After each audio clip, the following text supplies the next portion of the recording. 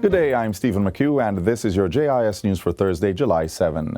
Jamaica's emergency protocols have been activated following Wednesday's confirmation of the island's first recorded case of monkeypox. Health and Wellness Minister Dr. Christopher Tufton told yesterday's virtual press conference that the Emergency Operations Center is active. He added that a review of the capacity of all isolation facilities is being done to manage monkeypox and COVID-19. The necessary health protocols, including surveillance, clinical management, lab management, as well as infection prevention and control, are being completed for the distribution to health teams island-wide. And sensitization of the health team and members of the public, which began more than a month ago, is being enhanced. The single case of monkeypox involved a male who recently traveled from the United Kingdom. He has since been isolated and his close contacts quarantined following contact tracing. Minister Tufton called on the public to refrain from panicking as the COVID-19 protocols have proven effective against monkeypox. These include frequent hand washing and sanitizing, mask wearing, physical distancing, and staying home if sick. Persons experiencing fever, intense head and muscle aches, as well as a skin rash, are being urged to isolate immediately and call ahead to their healthcare center or doctor before visiting. Monkeypox occurs when persons come in close contact with infected animals or humans. It spread through the coughing or sneezing of a person with a monkeypox rash, direct contact with monkeypox skin lesions and scabs, or interaction with clothing or linen of an infected person. For more information on the monkeypox virus, visit moh.gov.jm or your local public health department. The Jamaica Constabulary Force JCF is reporting a 7% increase in the seizure of illegal firearms in the first 6 months of 2022. A total of 392 guns have been taken off the streets during this period. Commissioner of Police Major General Anthony Anderson says the figure, when compared with each of the same period for the last 5 years, represents the largest haul of weapons.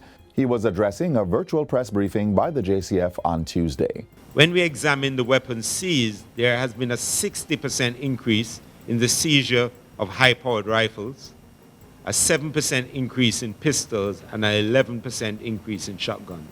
The commissioner says the JCF will continue to use all the tools available to confiscate illegal guns, pursue gangs, and go after the money used to fund their activities. He is urging persons with information that could lead to the seizure of guns and/or the capture of gunmen to call Crime Stop at 311, the tip line at 811, or Police Emergency at 119.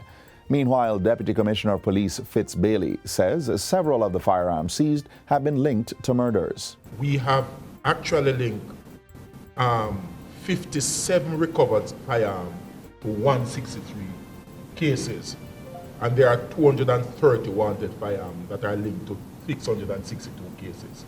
That's where we are at. And when we compare that to last year at this time, it was 538 hits that we made.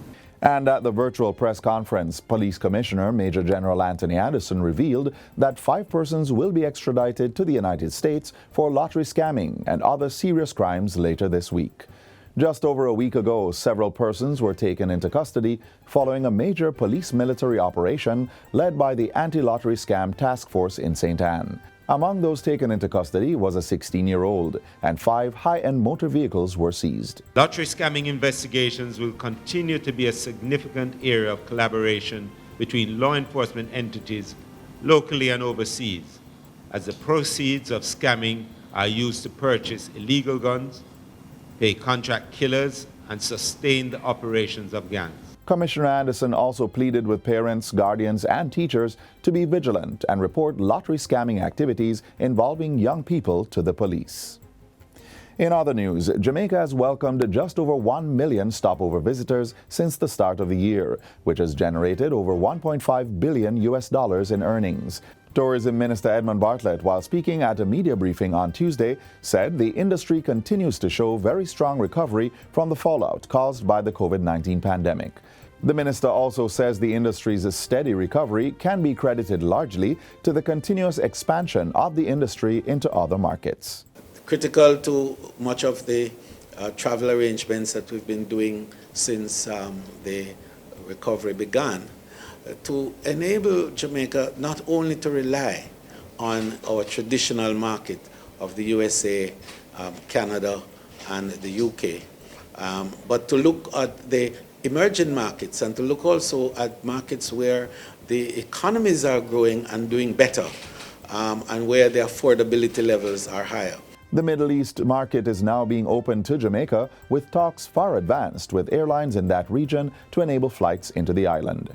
Meanwhile, Minister Bartlett says Jamaica is set to welcome its largest and financially strongest delegation of potential investors from the Middle East this week. The group of 80 Saudi Arabian business interests will arrive tomorrow for discussions with government officials on local investment prospects. Minister Bartlett says the delegation will be exploring investment options in logistics, agriculture, tourism, infrastructure, real estate, and hospitality. We are excited about the prospects of being able to show them the different investment options in the corporate area, in Montego Bay, and elsewhere, and that out of it will come, foreign direct investment, straight investment in the economy of Jamaica. The minister adds that Jamaica is in talks with the Saudi Arabian delegation to establish a logistics center on the island. The center will allow goods and services that are needed to drive tourism across the region to be produced by and exported from Jamaica. And finally, more than 200 Jamaicans will vie for top honors at the Culinary Arts Competition and Exhibition set for Friday at the Ranny Williams Entertainment Center in Kingston. The Jamaica Cultural Development Commission event will showcase participants' talents in 7 categories, including traditional dishes, wedding and celebration cakes, as well as wines and liquors. A farmers market and demonstrations by the Hart NSDA Trust are also planned for the Culinary Arts Competition and Exhibition. Friday's event, which gets underway at 10 a.m., is free to the public. And that's it for JIS News Today. I'm Stephen McHugh. Thanks for watching.